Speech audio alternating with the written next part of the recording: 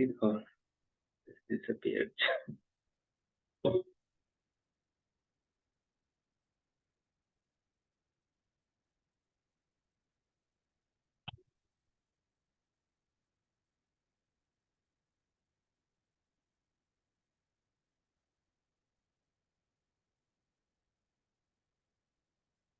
Let's begin with meditation.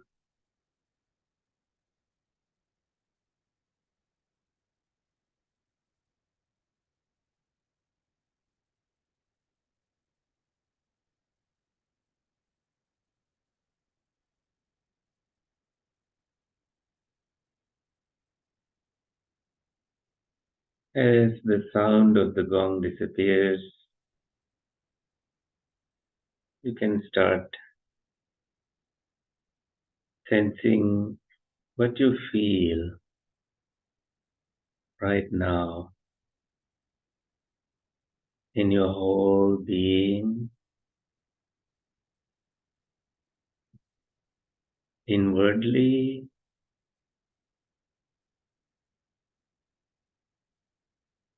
and what takes your attention outwardly.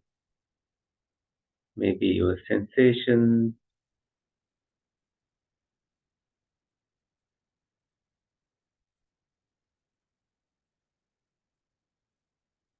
let the body completely relax.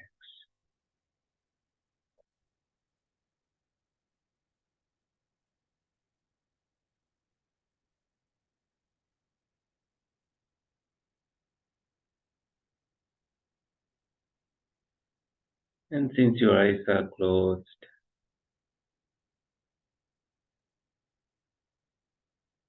you may not notice or see anything outside.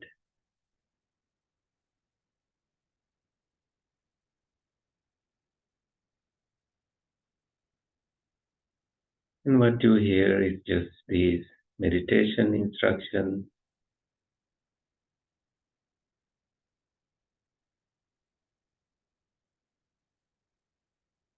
and the remaining sense faculties, nose that aids in smelling is not active at this moment.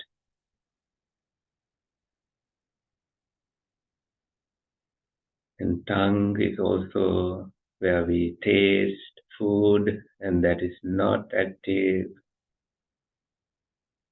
So seeing, hearing, smelling, tasting, these are turned off, or your brain is not actively participating in these activities besides hearing these instructions.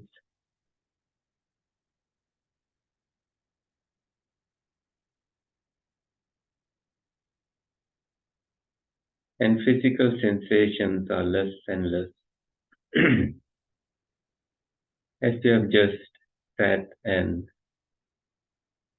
adjusted your body, sensing any gravity or any weight of your body, spreading it evenly to the ground. So when physical sensations are also less bothering, you're sitting,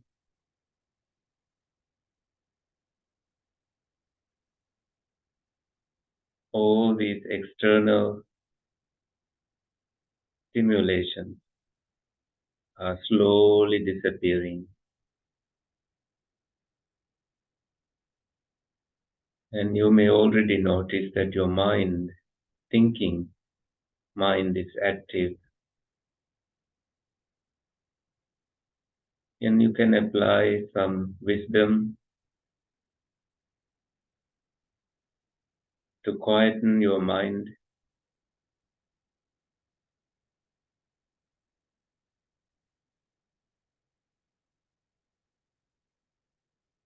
to see the gap between your thoughts,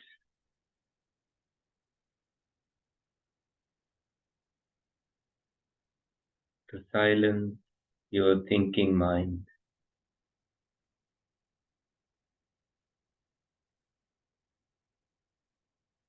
When nothing else is moving, you notice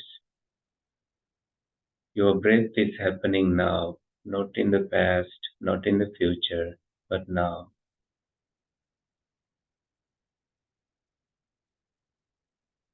You can start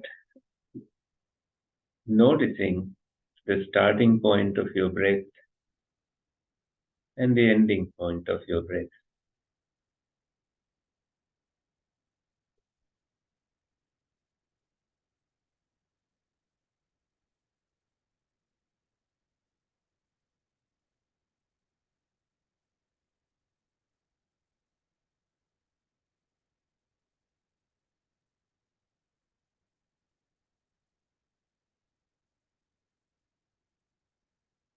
And when you take delight in that experience, your mind starts to stay with that one activity of breathing, and you can expand your awareness, noticing also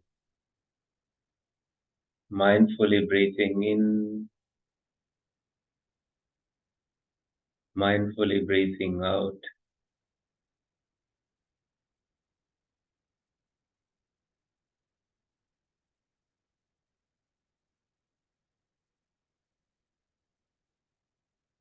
If you are taking a long breath, you know that. If you are taking a short breath, whether you are inhaling or exhaling, you know that.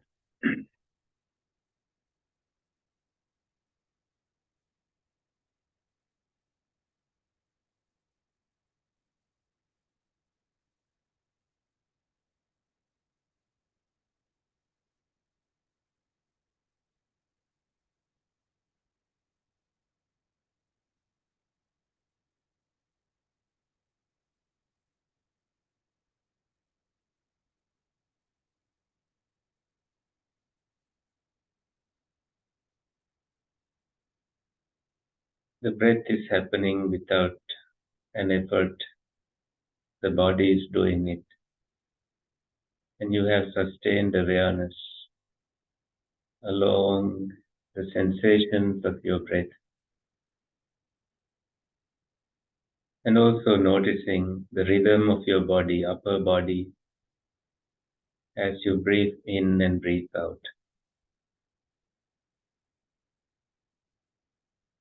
So with that three stages of your breath, mindfully breathing in, mindfully breathing out, noticing long or short, inhaling, exhaling, and finding the rhythm of your body along with the breath.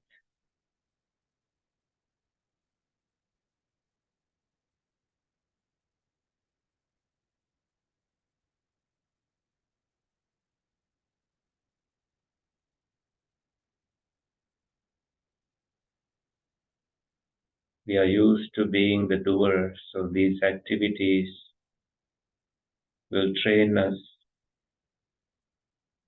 in establishing mindfulness in our bodies, and then we take away the doer and simply start being instead of doing.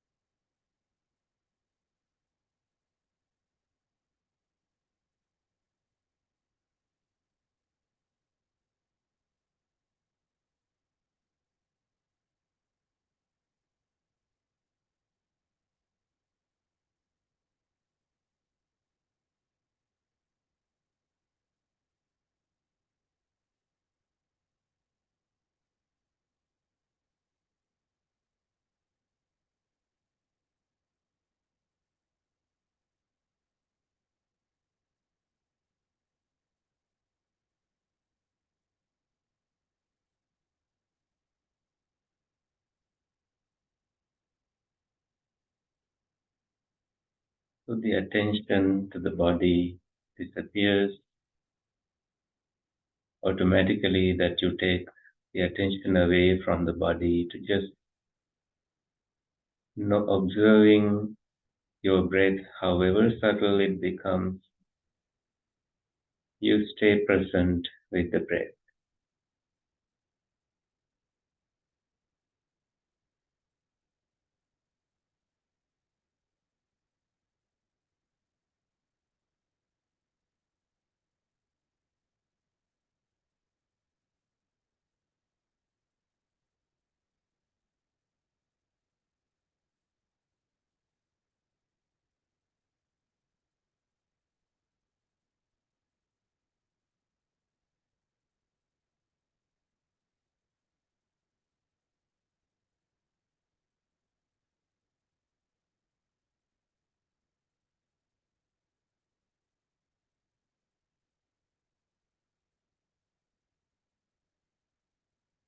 Allow any thoughts to come and go. We won't serve any tea or hang out with these thoughts. They come and they go.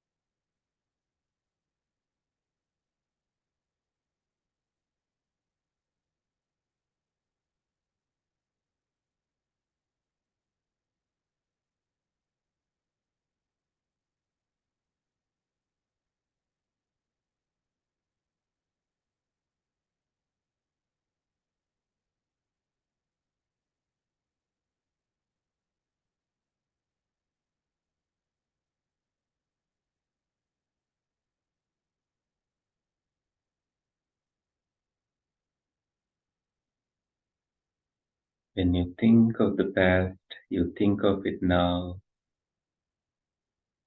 When you think of the future, you think of it now. So all you have is now. With breath, you are staying with the now, and you are present with whatever is happening at this moment without reacting, without creating a story, just being an observer, not even a doer.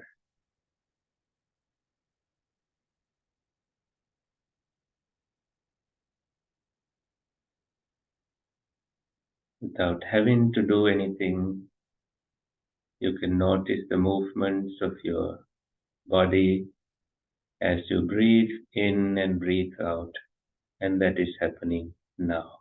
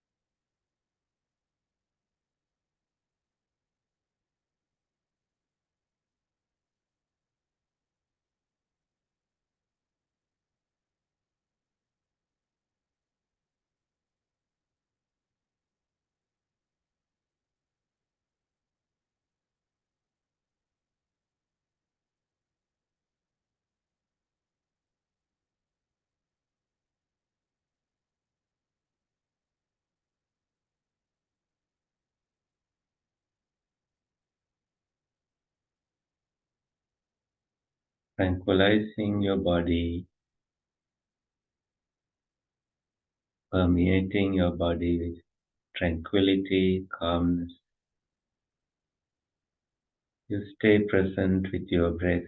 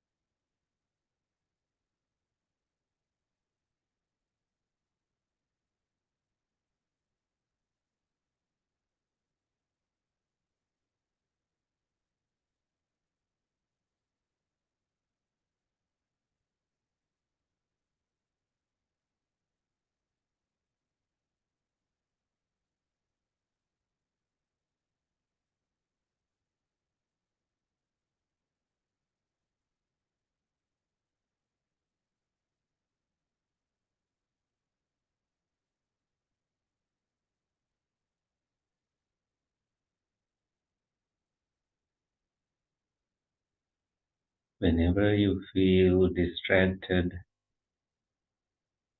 you may come back to your breath and notice the feelings of inhaling and exhaling at a certain point where you feel your breath in your body.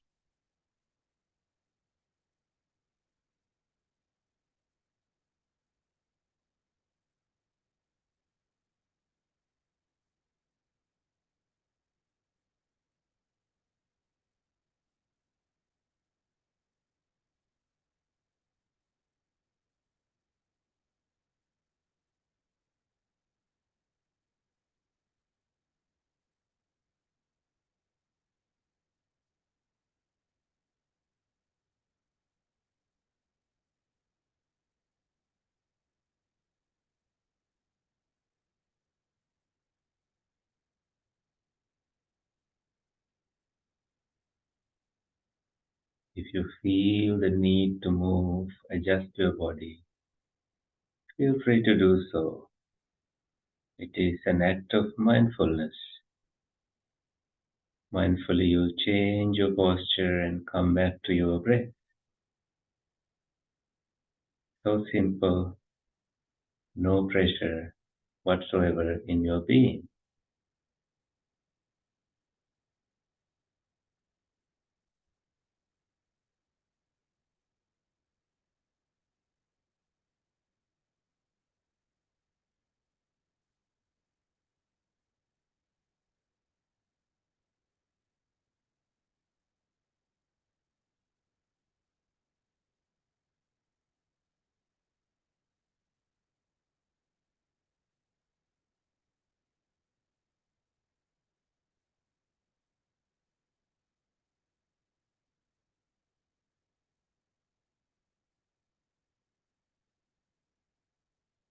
Expanding your awareness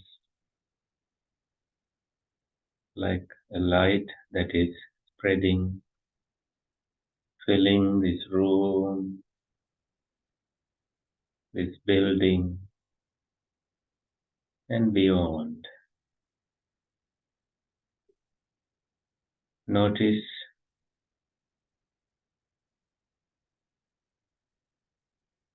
how open you can be in terms of your awareness and attention.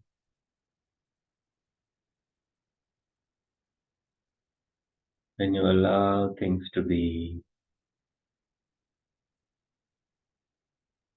they come and they go.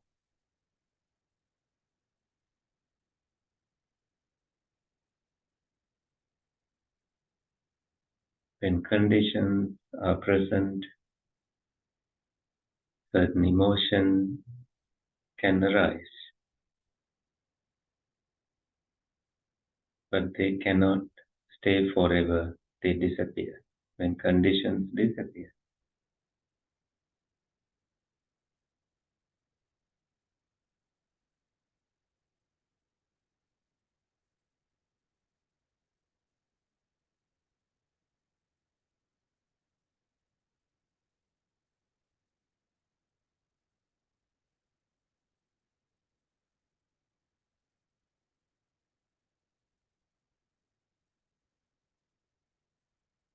with that wisdom in mind,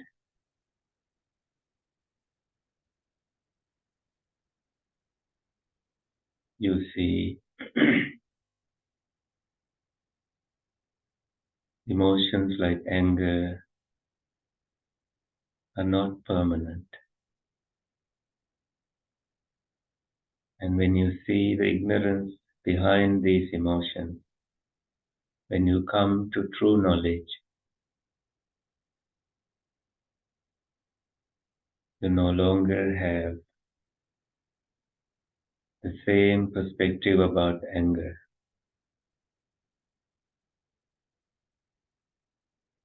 You see that the value given to it is just an illusion.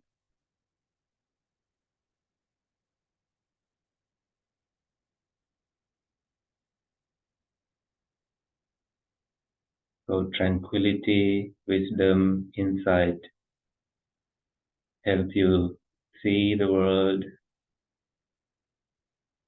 with different lenses.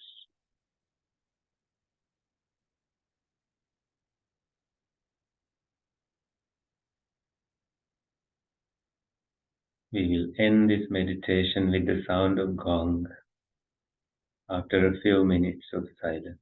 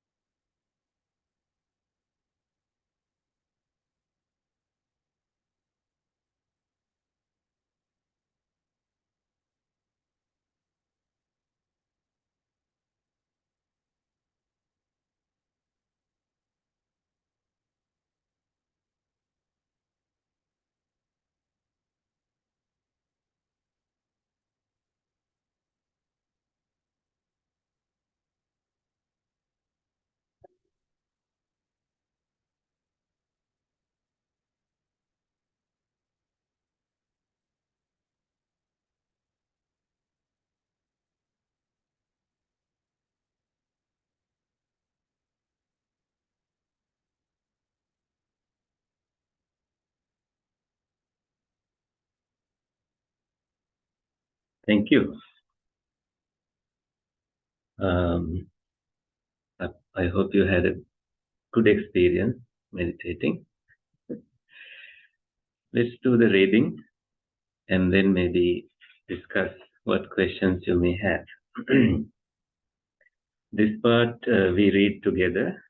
This is a page from the Book of Protection, translated by Venerable Thera, a Sri Lankan monk.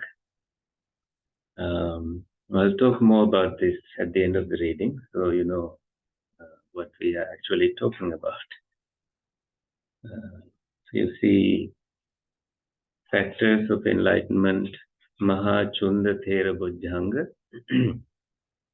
Let's begin the group reading from Thus Have I Heard. Thus have I heard, on one occasion, the Blessed One was living near Rajagaha in the bamboo grove in the squirrel feeding. At that time, he was afflicted with a disease, was suffering therefrom, and was gravely ill. Then the Venerable Maha Cunda, arising from his solitude at eventide, approached the Blessed One, saluted him, and sat down beside him. To the Venerable Maha Cunda, thus seated, the Blessed One said, O Cunda, let the factors of enlightenment occur to your mind. These 7 factors of enlightenment, Bhante, are well expounded and are cultivated and fully developed by the Blessed One. They conduce to perfect understanding, to full realization, and to Nibbana. What are the 7? Mindfulness, the factor of enlightenment, Bhante, is well expounded by the Blessed One and is cultivated and fully developed by the Blessed One. It conduces to perfect understanding, to full realization, and to Nibbana. Investigation of Dharma, the factor of enlightenment, Bhante, is well expounded by the Blessed One and is cultivated and fully developed by the Blessed One. It conduces to perfect understanding, to full realization, and to Nibbana. Persevering effort, the factor of enlightenment, Bhante, is well expounded by the Blessed One and is cultivated and fully developed by the Blessed One. It conduces to perfect understanding, to full realization, and to Nibbana. Rapture, the factor of enlightenment, Bhante, is well expounded by the Blessed One and is cultivated and fully developed by the Blessed One. It conduces to perfect understanding, to full realization, and to Nibbana. Calm, the factor of enlightenment, Bhante, is well expounded by the Blessed One and is cultivated and fully developed by the Blessed One. It conduces to perfect understanding, to full realization, and to Nibbana. Concentration, the factor of enlightenment, Bhante, is well expounded by the Blessed One, is cultivated and fully developed by the Blessed One. It conduces to perfect understanding, to full realization, and to Nibbana.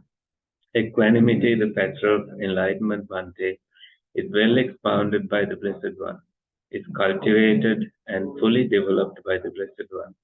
It conduces to perfect understanding, to full realization, and to Nibbana. These 7 factors of enlightenment, Bhante, are well expounded and cultivated and fully developed by the Blessed One. They conduce to perfect understanding, to full realization, and to Nibbana. Most assuredly, Cunda, they are factors of enlightenment. Most assuredly, Cunda, they are factors of enlightenment. Thus said the Venerable Maha Cunda, and the Master approved of it. Then the Blessed One recovered from his affliction, and thus disappeared his affliction. So, I invite you to look at it again to see what stands out the most to you in this reading.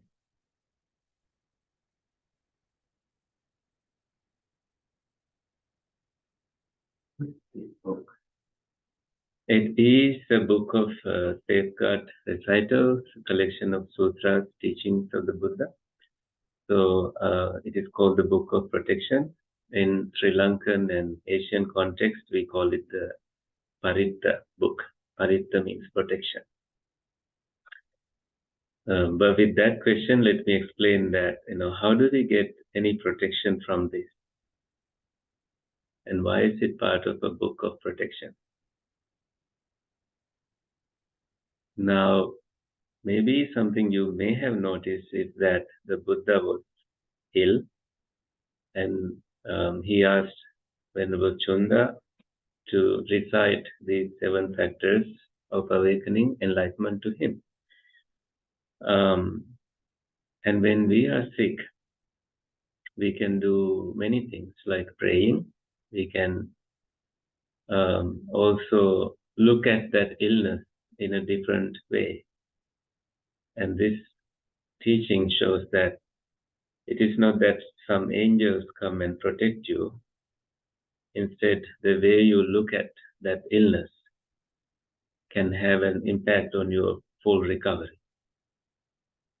And that begins with these, how many are there? 7 factors, especially with mindfulness. So before talking more, any other questions or things that you noticed? Do you interpret it as like the Buddha stopped? Like it says the Buddha recovered from his affliction, but it doesn't say the Buddha stopped being ill. And so do you interpret it as like, oh, the illness ended? Or like his affliction went away because his relationship with the illness changed? I think that second way of looking at it, his relationship with that illness disappeared. Not that a miracle happened immediately after hearing this. Like this one monk, a big monk, Ajahn Chah, in Thailand, happened to visit a student monk of him when that monk was sick, and said only 2 things. You either die or you will recover. It was such a disappointment for this young monk, still training, in his path. But then he thought, oh yeah, that's true, so true. and the big monk Ajahn Chah just went away without saying anything. Sometimes, we go and lie to the person. We don't know what will happen, right? But that truth sometimes can have an impact on the way you look at it. So that is one way of looking at it. Yeah, I wouldn't say that illness completely. I don't think that is what it talks about. But this is not the only instance where these 7 factors of awakening have been chanted, recited in front of a monk who was ill. Another 2 famous ones are the 2 great disciples of the Buddha. Maha Kassapa was not actually 2 great disciples. One of the great disciples of the Buddha, Maha Kassapa and Moggallana. These 2, when they were sick, a monk reported that to the Buddha, and the Buddha said, go back to that monk and chant the 7 factors of awakening. At the end of that, those chant recitals also, it says that the monk quickly recovered from that illness. When we are sick, I remember when I was sick one time, I called my friend at 4:30 in the morning, really, and he came by 5 in the morning to see me. He noticed, he sensed that I was in Kandy in Sri Lanka. I was recovering from a surgery, and now I look at it, I was very unskillful the way and how I was trying to control my pain, and how I was trying to inflict that suffering on my friend as well. Like, I'm suffering and you should suffer. It's not exactly that way, but it's good to have friends like that. But we also have this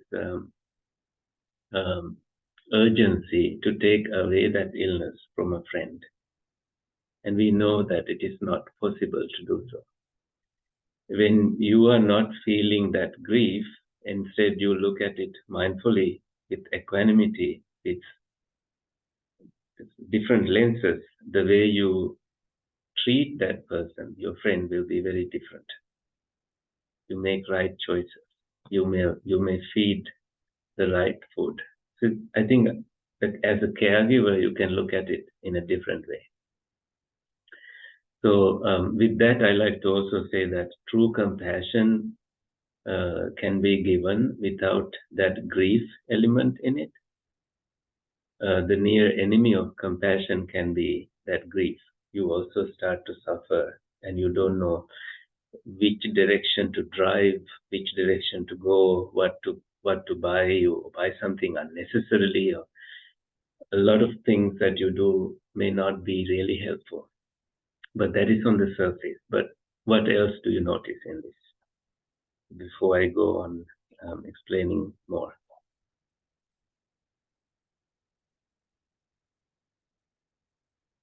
So what it says is that the Blessed One has fully developed these.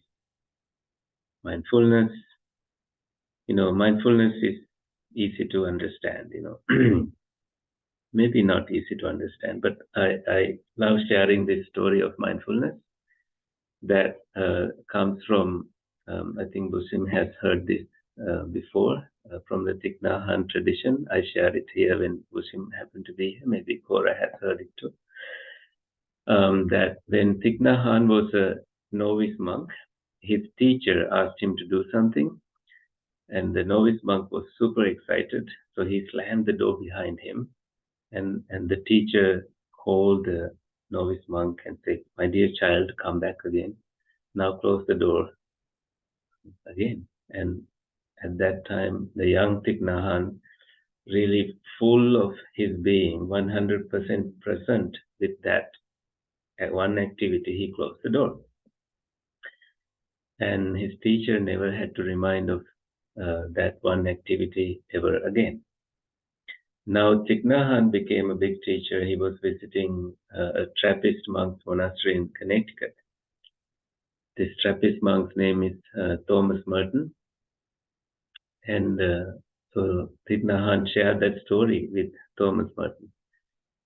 And Thomas said, "Yeah, I've noticed how present you are with that one activity of closing the door." And Thich Nhat Hanh went back to Plum Village, to his monastery in France. And Thomas shared that story with his students. And there was this German lady from Catholic background in that audience. And she went to Plum Village to see how Thich Nhat Hanh closed the door. You see that, and recently someone came and said, he heard that story when I shared it. Here, Andrew. Now it goes to recording. That every time he closed a door, he remembers that. Every time he opens a drawer, he remembers that. And that you can tell when you have hurt a drawer, that it starts to tell you that you have, unmindfully done it. But bringing that story to someone who is ill, how delicate your body is and how well can you look at it. When you have cultivated mindfulness, instead of seeing that something is wrong with me, you can think something is right with me, that I'm supposed to get ill when I have a body. I'm supposed to inhale the wrong thing or catch germs. So that is the kind of right wisdom that you have seen mindfully. And the way you handle it becomes very different from that point onward. So to think that another monk had to sort of remind the Buddha of this says a lot, that the Buddha also was a human being who needed a little energy, little reminder of the truth that he had revealed to the world, if you look at it, if you want to look at it that way. Somebody will say, no, the Buddha knows everything. But let's make him a human and see that when he is sick, he's not a statue. He definitely felt that pain. He has also complained at times, pitting me agilayati, my back hurts. That's the Pali. And then he didn't say anything further. He gave a brief statement to monks who needed teaching, and he went to resting. And he asked some other monks to continue teaching. So when you look at the Buddha as a human, you see he used this mindfulness as a factor of enlightenment. It's not just mindfulness, it's awakening mindfulness. Awakening actually is about, you are in sleep. Now you are suddenly awakened. Look at the truth of this illness. Do I have to own it? Even if you try to own it, can you? You recover from it and it someday disappears. So although I said it is a protection, but I think the protection comes from internal change of perspective. And now I see in Sri Lankan, so I can speak of the Sri Lankan culture. I come from Sri Lanka, and the kind of Buddhism we have is mostly Theravada Buddhism, and people chant these daily, and they don't know the meaning of these lines that they chant. And I don't believe any effect of it, any benefit of it, just chanting without actually seeing the content of it. So the way that faith has blinded them, that we should chant it so that you can recover from it, is an interesting observation in a Buddhist culture. But I can come to you and chant this, and you'll be like, what did you say? What was that? And so you don't feel it the same way that those people feel it. So I also want to emphasize that. If you go to the second, number 2, investigation of Dharma. Investigation is an awakening factor when you investigate your own experience. Instead of saying Dhamma, I would say experience. How you experience pain, for example. What is pain? It is an unpleasant feeling. And that one unpleasant feeling to another unpleasant feeling, there is also cessation. Can you see that? And can you see also a pleasant feeling arising? And can you see the cessation of that pleasant feeling? All we will experience is 3 kinds of feelings: pleasant, unpleasant, neutral. And is there a person here when you see that things arise and disappear? Well, it's easy to believe that there is a person than trying to understand that there is no person. So, but with deeper investigation, examining your experience, you see, oh yeah, you are conscious on your eyes, ear, nose, tongue, and each of these conscious moments, they come and go. When you don't take them as yours, like I said in meditation, when you don't serve tea to them, they are not yours. They are just visitors. And that is the power of investigating that experience. And with that, you go to effort. If you are not making an effort to stay on the truth, you are not seeing the truth. This is easy to understand when you look at it, look at the illness as the truth, and your expectation of that illness as the lie that was created by your mind. You want it to disappear. You want it to be this way and that way. But the truth is so obvious that there is an illness. So there is acceptance with that. So effort to see that, effort to also cultivate that wholesome perspective helps us to stay unaffected.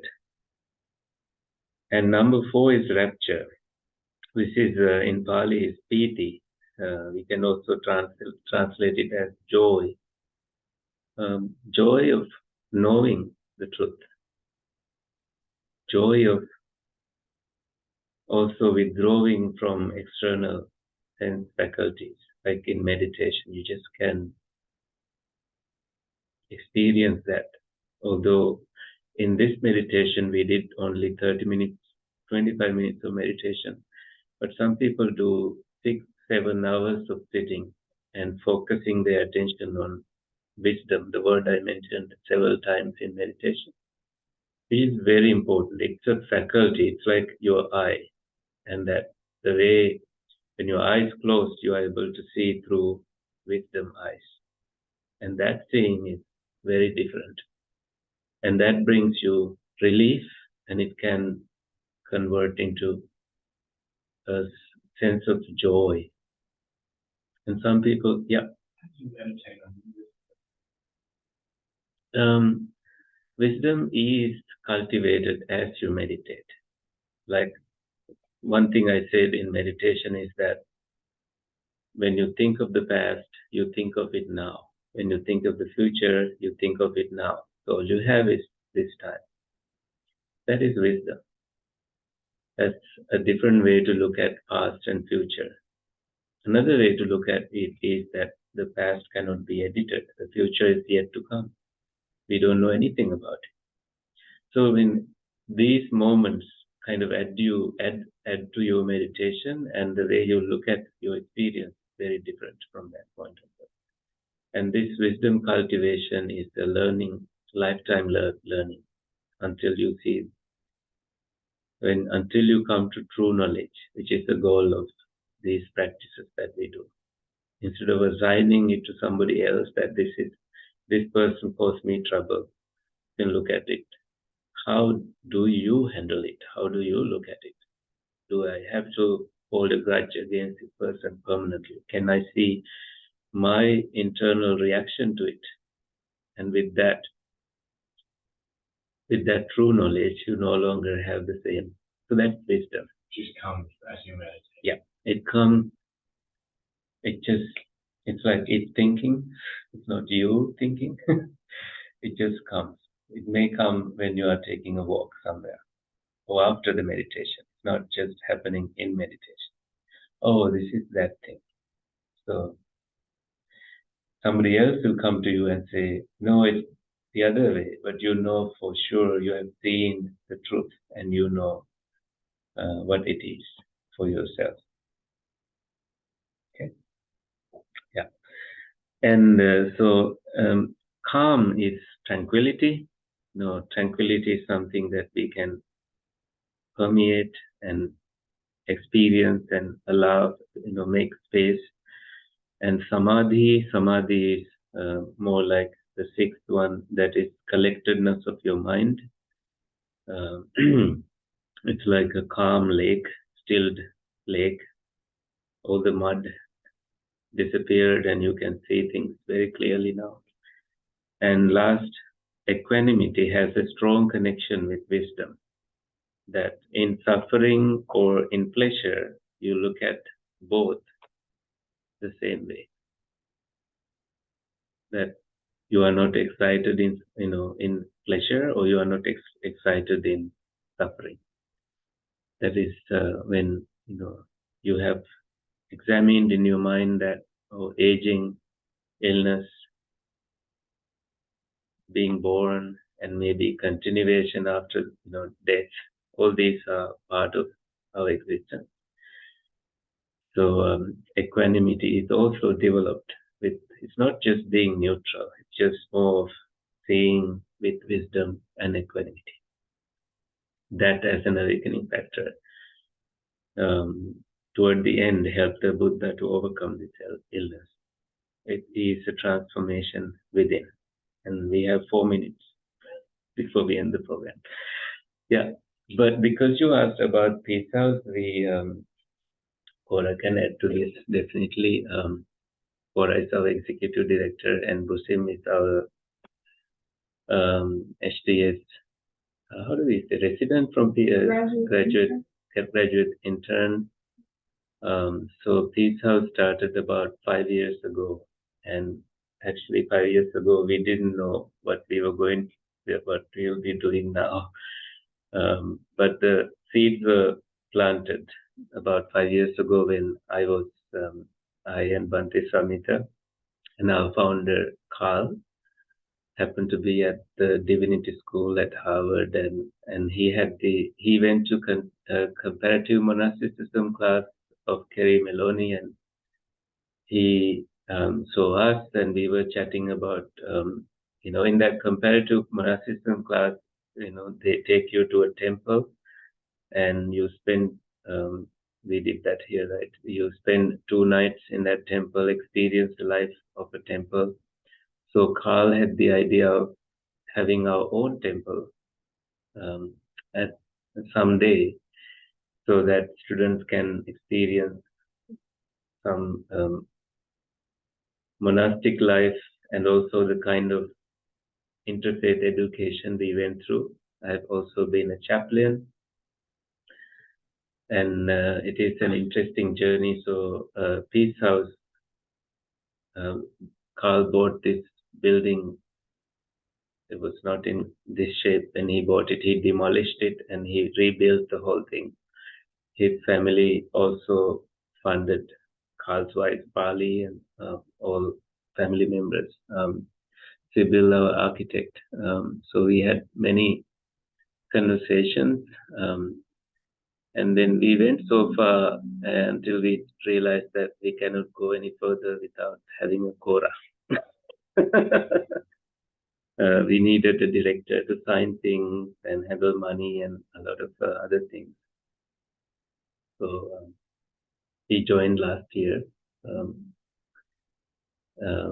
and she helps run the place very smoothly and takes a lot of responsibility off of our shoulders, and connects with other non-profits. She has experience working. You can speak to your experience working with non-profits and so on.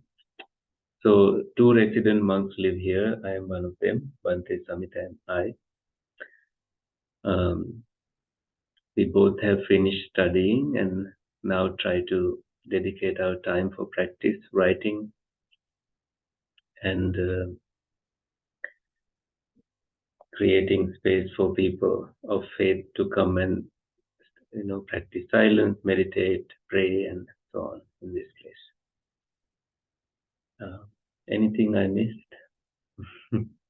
So Carl's wish came to fruition when Harvard Divinity School students came and stayed 2 nights here this January. And so maybe next year also that they may come and spend 2 nights here. And we would meditate with them, answer questions and so on. So yeah, but that is like the tip of the iceberg, but there's a lot below that, that can take hours to explain. But any questions before we finish? I'd be curious to hear you talk about the relationship between the different factors of enlightenment. They're listed in a specific order, or how you think they interact with each other? They actually, the first one lead to the next, and you definitely need clear mindfulness to investigate.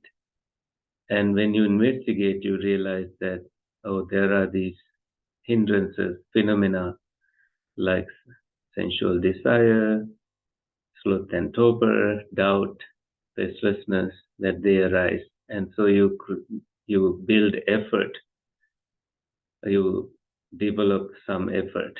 And with that effort, now that you are going to be, or slowly taking yourself away from these hindrances, there's more joy arising from that seclusion. And with seclusion, there's calm and collectedness of mind and equanimity arising. So, yes, they are conducive toward that lasting equilibrium, a word that I still cannot say properly. Some sort of equanimity with wisdom.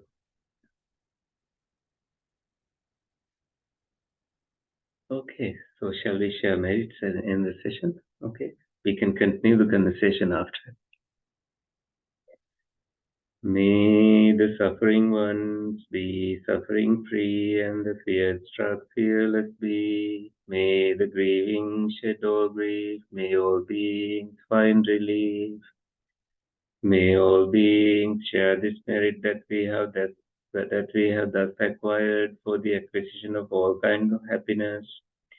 May beings inhabiting space and earth, devas and nagas of mighty power share this merit of ours. May they long protect the Buddha's dispensation. Sadhu, sadhu, sadhu.